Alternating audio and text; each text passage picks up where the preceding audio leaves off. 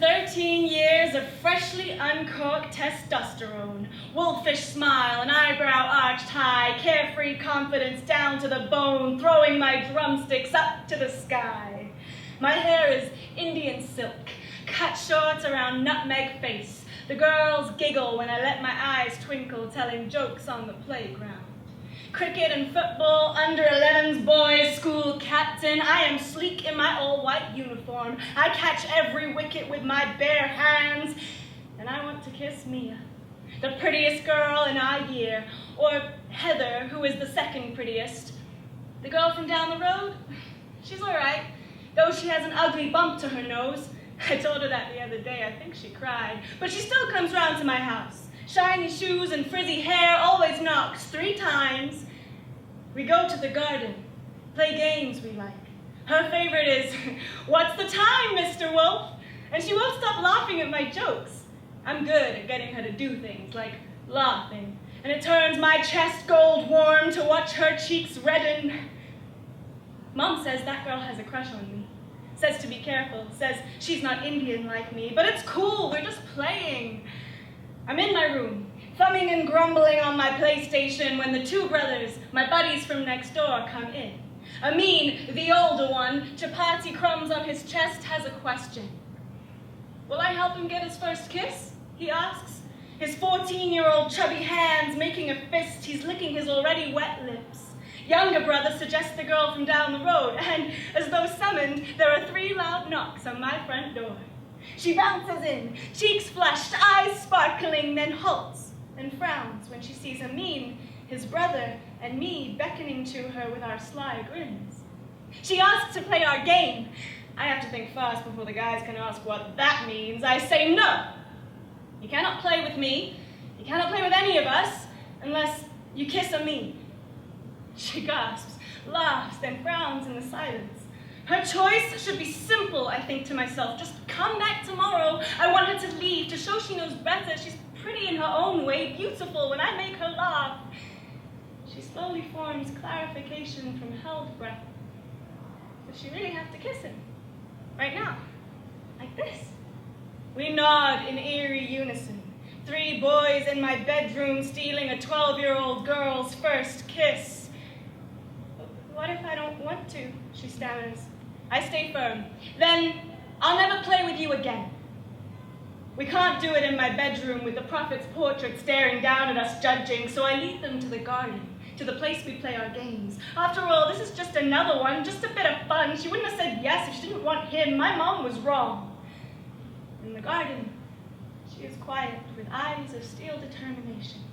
Brother 2 and me watch on as Amin's fat swallows her thin, his arms wrapped around her waist, her mouth the trapdoor for his tongue. She closes her eyes and waits. 1, 2, 3.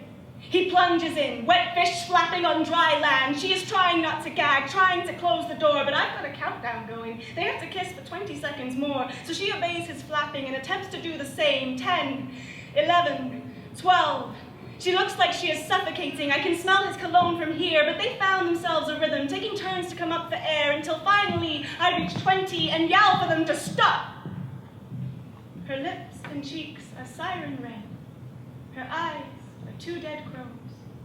Amin and his brother are high-fiving, yelling thanks I barely hear. She looks the way she did when I told her about the bump in her nose, but there's something else in her stare, like a loss or a leaving.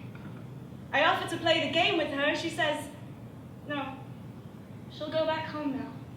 No longer in the mood to take orders from this Mr. Wolf.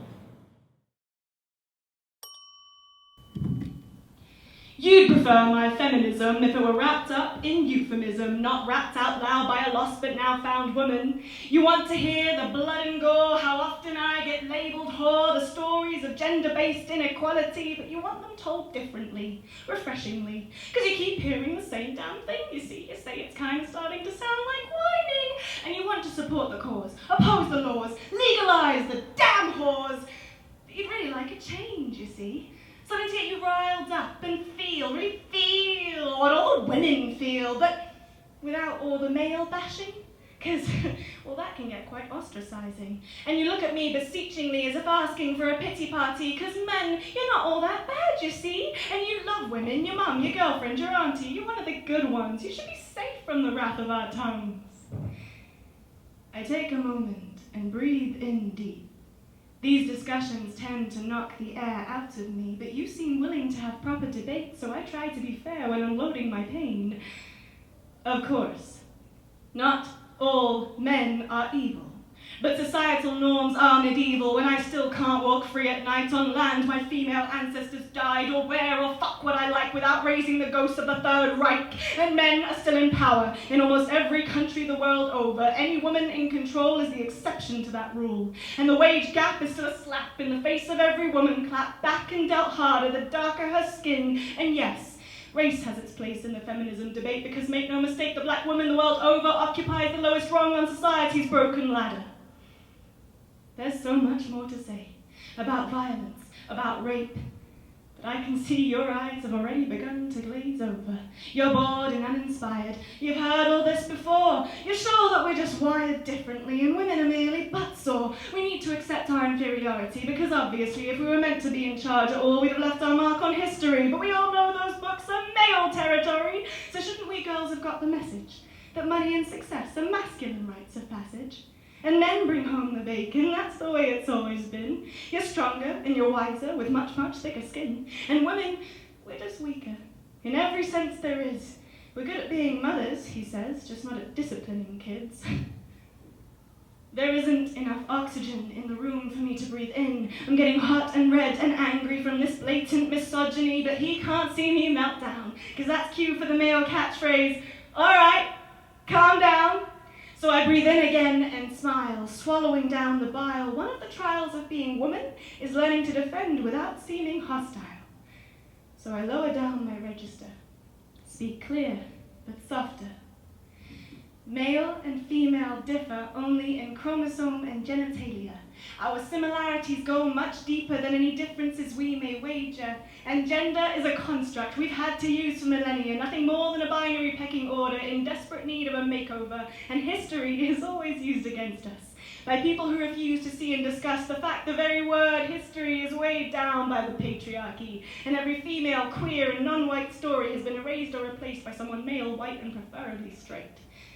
You always bring up strength as well, as though forgetting your own birth is the product of a woman splitting her cells, and experience convenient amnesia regarding the blood and sacrifice of your own mother, who was a single mum, in all probability. Trying to raise a son without a father is not easy. Trying to teach respect and humility while the whole world worships his sex like royalty, and TV twists the narratives of every female-centered story into some damsel in distress, defamatory allegory, making men more predatory, accusatory, admonitory by the day, guarding their territory with confiscatory, prohibitory ways to congratulatory praise by other boys who were raised to believe the word power is only synonymous with the word male. After all I've said to rejuvenate the issues and the feminism name, you turn to me, one eyebrow raised, and say, it all still sounds the same, babe. I sigh sadly before I whisper, exactly. It will stay and sound the same forever until we all decide to make conscious change. Yeah.